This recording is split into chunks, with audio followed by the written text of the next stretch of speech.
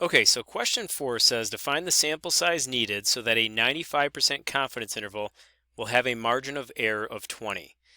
And so this is kind of like the opposite of what we've been doing because we've been given a sample size going into the question, and then we've been computing through using the calculator a margin of error and a confidence interval. Now we're going to be able to specify, no, this is how we want our confidence interval. We want it to have a certain margin of error, and we're going to be able to solve an equation that's going to tell us what sample size is needed to make that happen. And so if you manipulate some of those equations with confidence intervals that we saw earlier on, then you can get to this formula right here, where n stands for the sample size needed given a specified margin of error. So as I've listed here, n is our sample size, m is the margin of error that's desired, and we want a margin of error of 20. Z of alpha divided by 2, we're going to have to come back to that. That's one of the trickiest aspects of this formula. And sigma, we know, is the population standard deviation. And we were given that in this original problem as 1/16. So the big question here is, what is this Z of alpha divided by 2? So we're going to go through some steps to find it. And it might seem a little bit strange, but it's actually a number that you've seen before. And it very much relates to 95% confidence intervals and some numbers that you've seen in connection with 95% confidence intervals. So what are the steps to find Z of alpha divided by 2?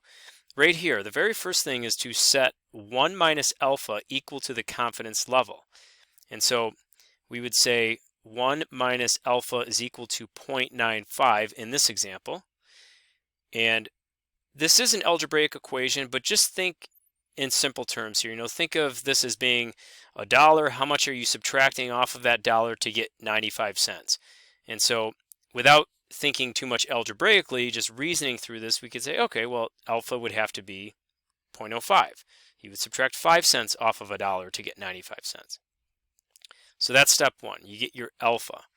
After you get that alpha, you divide alpha by 2. And so alpha divided by 2 in the context of our example would be 0.05 divided by 2. And if we need to put that into the calculator, we can. 0.05 divided by 2 gives us 0.025. Okay, so now we have the alpha divided by 2, so we can find Z of alpha divided by 2. So what we're trying to find in the context of our problem is Z sub 0.025. And this quite literally means find the z-score for the area to the right of that, where the area to the right of that z-score is alpha divided by 2, or in our context, 0.025. And so we should sketch this out. And if we sketch it out, it would look like this. I'm going to draw a standard normal distribution. So just the regular z distribution. And we know that the standard normal distribution has a mean of 0. And we are looking for a certain z-score. It's right here. We don't know what it is right now, but we know we want that z-score such that the area to the right of it, this little bit of area to the right, is 0.025. And so the tool that we've used earlier in this class to find a z-score when we know something about the area underneath that standard normal curve is inverse norm. So I'm going to use the inverse norm tool. I'm going to say inverse norm, but you might remember the very first number we have to put in to inverse norm is the area to the left of the z-score of interest. So a lot of times what I'll do is I'll look at my z of alpha divided by 2 and I'll say, okay, the area to the right is 0.025, so the area to the left would be 1 minus 0.025, or 1 minus 0.025 is just going to be an area of 0.975. So you could put 0.975 right there. You could just say inverse norm 0.975, but I'm saying 1 minus 0.025 because I know if the area to the right is 0.025, then the area to the left is 1 minus 0.025. And either way you do this, the mean and the standard deviation of the standard normal distribution is 0 and 1. So let's go into the calculator and say second vars. That's where we used to access inverse norm.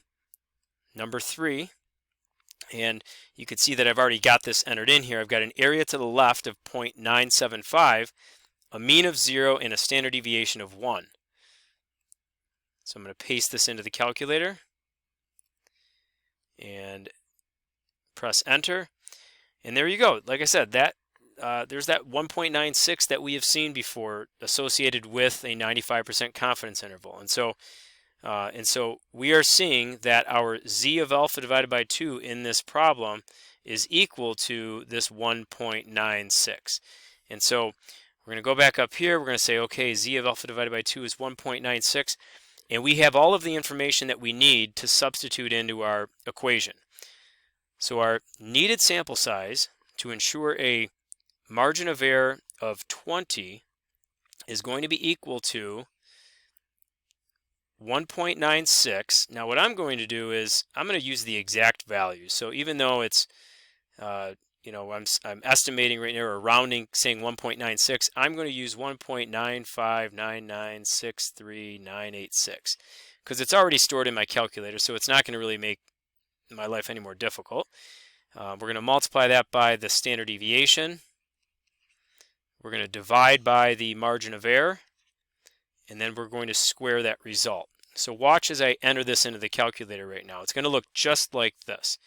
So I'm going to say parentheses, answer multiplied by 116 divided by 20, and then I'm going to square that whole thing. You press enter and you get n is equal to 129.23.